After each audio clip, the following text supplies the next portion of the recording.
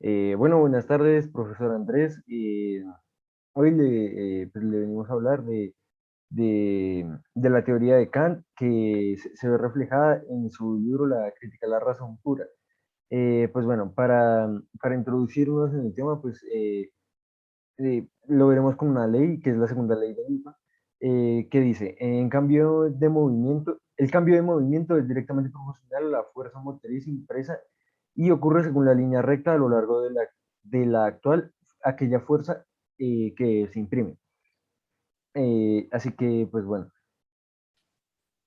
Listo. Ahora vamos a pasar a cómo por medio de la crítica empirista de Hume esta ley se destruye. Vamos a comenzar con la crítica a la substancia. Acá vamos a destacar su crítica que hace a la resistencia, que es la del mundo exterior. Y es que no poseemos la impresión de los dos objetos que intervienen en la ley.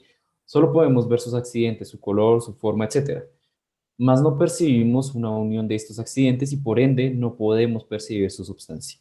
Ahora pasamos a la crítica a la causalidad. En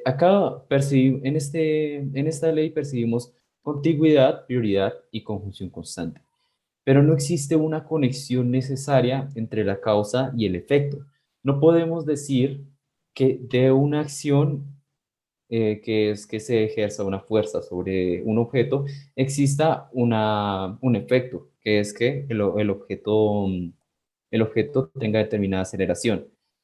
En resumen, que no hay causalidad, sino más bien una sucesión de hechos, que es alimentada por la creencia basada en el hábito. Ahora vamos a pasar con la crítica al método inductivo. Y esta se nos dice que no todo tiene que pasar siempre de la misma manera, que si una cosa sucede de la misma forma 1000 veces no significa que la vez 1001 vaya a ocurrir de otra manera. Esto nos llevaría a un pensamiento sin bases empíricas, ya que no tenemos percepciones del futuro y no podemos decir que dichas percepciones sean iguales a la del pasado. En conclusión, la inducción no se puede llevar a cabo ya que es un razonamiento que no se puede demostrar. bueno, pues también tenemos que pues, resaltar cuál era la misión de Kant, ¿no? Que es rescatar a la ciencia y sus componentes. Que son necesidad, universalidad, que aporte conocimiento y que afirme el mundo externo. Entonces, bueno, ahora pues tenemos lo que formó Kant, que era la pelea entre el racionalismo y el empirismo, ¿no? Entonces, pues aquí tenemos al racionalismo, que pues encabezado por Descartes o Wolff, y el empirismo de Hume, ¿no? Entonces, bueno, en el racionalismo de Descartes nos dice que este aporta pues, juicios analíticos, que son los que en los que el predicado está contenido en el sujeto. Y pues estos son a priori, por ende son necesarios y universales. Eh, pero sin embargo no aportan conocimiento ya que el predicado no añade nada al sujeto, que sería pues la definición de tautológico. También pues Kant dice que el racionalismo es dogmático, ya que pues no marca los límites de la razón y pues no se permite con el cuestionamiento de la misma. Por lo tanto pues llega a ser déspota. Ahora el empirismo de Hume nos dice que pues aporta juicios sintéticos, en los que el predicado no está contenido en el sujeto, por ende pues amplía su contenido. Además pues afirma que el mundo exterior eh, se establece lo que podemos obtener de conocimiento y pues se basa en las impresiones que encontramos en el mundo sensible. Sin embargo, pues no son necesarios ni universales, que pues tiene que cumplir también estas dos características, ya que pues el empirismo pues se termina siendo un escepticismo en el cual pues no se aporta un conocimiento eh, igual que el anterior, es decir, un conocimiento a priori, sino que sería uno a posteriori. Entonces, pues para darle validez a la ciencia, pues Kant dice, bueno, se van a funcionar estos dos conceptos para hacer juicios que sean universales, necesarios, que aporten conocimiento y afirmen el mundo. Estas cuestiones que la ciencia tiene que tener sí o sí. Por lo tanto, entonces, para que esto suceda, él va a formular algo que es el giro copernicano. Listo. Ahora, para entender el giro copernicano, primero tenemos que tener en cuenta la teoría de Copérnico, en la que después de entender que el Sol no gira alrededor, que no gira alrededor de la Tierra, sino que pasa al contrario, que la Tierra y los planetas giran alrededor del Sol, cuando se pasa de la teoría geocéntrica a la heliocéntrica, se entiende que el conocimiento no está determinado por el objeto, sino más bien por el hombre. Ahora, teniendo esto en cuenta, el giro copernicano consiste a que, contrario a lo que se pensaba, que el objeto a conocer determinaba la forma en la que el sujeto adquiere conocimiento, se propone que es el mismo sujeto el que condiciona su forma de ver las cosas. Por medio de sus estructuras propias, el sujeto es el que configura su verdad. Como podemos observar, el giro copernicano consiste en la interacción del sujeto, el cual proporciona el entendimiento y el objeto, el cual proporciona las características sensibles. Estas cuentan con sus propias formas a priori, las cuales hacen posible el conocimiento.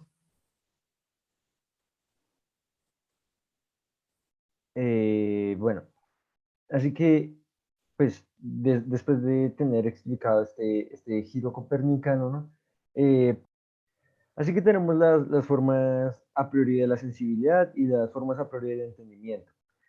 Estas formas a priori de la sensibilidad están formadas por el espacio y el tiempo, que pues básicamente nos dice que si retiramos todos los accidentes que podemos percibir de un objeto, este ocupará un espacio y un tiempo determinado. Es decir, que aunque no contemos con todo lo que hemos conseguido por la experiencia, este objeto aún ocupará determinado espacio y tiempo. Así que también las formas a priori del entendimiento, pues las definimos como las categorías del entendimiento. Eh, y estas categorías son propias del sujeto que lo llevan a configurar el objeto para dar como pues, resultado un fenómeno. Y pues bueno, ahora diremos lo que viene siendo la solución al problema.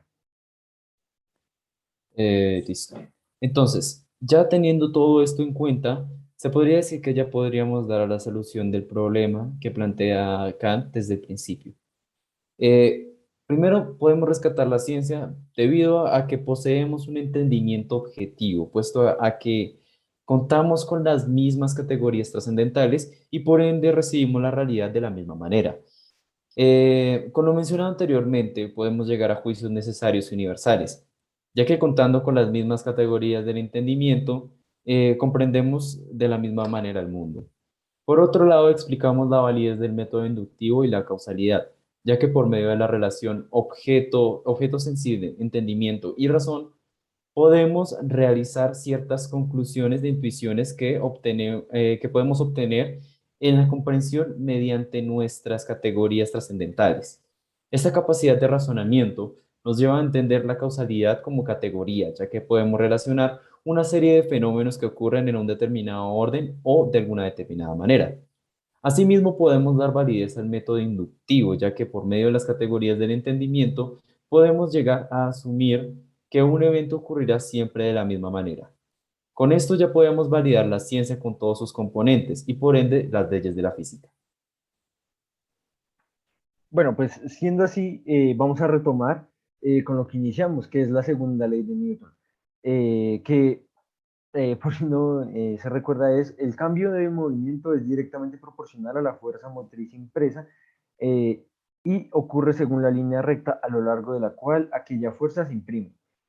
Un ejemplo muy tangible de esto es si se patea una pelota de tenis o una pelota de fútbol, ¿no? Entonces, pues la pelota de tenis tiene menos masa y por lo tanto su aceleración pues, es mayor. Entonces, pues primero analizaremos este fenómeno, pues desde el plano sensible que representa eh, y que por medio de las categorías del entendimiento llegamos a obtener una serie de conceptos. Pues ahora tenemos que tener en cuenta algunos de los componentes de la ciencia que logramos pues rescatar. Que pues para este caso en particular podemos tener en cuenta la necesidad y la universalidad, ya que en todos los casos cuando se ejerza fuerza a un objeto determinado, este siempre obtendrá una aceleración proporcional a dicha fuerza y a la masa del objeto. Y pues también podemos hacer uso del método inductivo ya que teniendo en cuenta que es un hecho, pues se repetirá necesariamente en todas las ocasiones.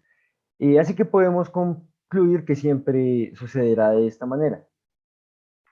Pues dando así como resultado, pues la solución al problema de Kant, ya que esto pues es una ley, ¿no?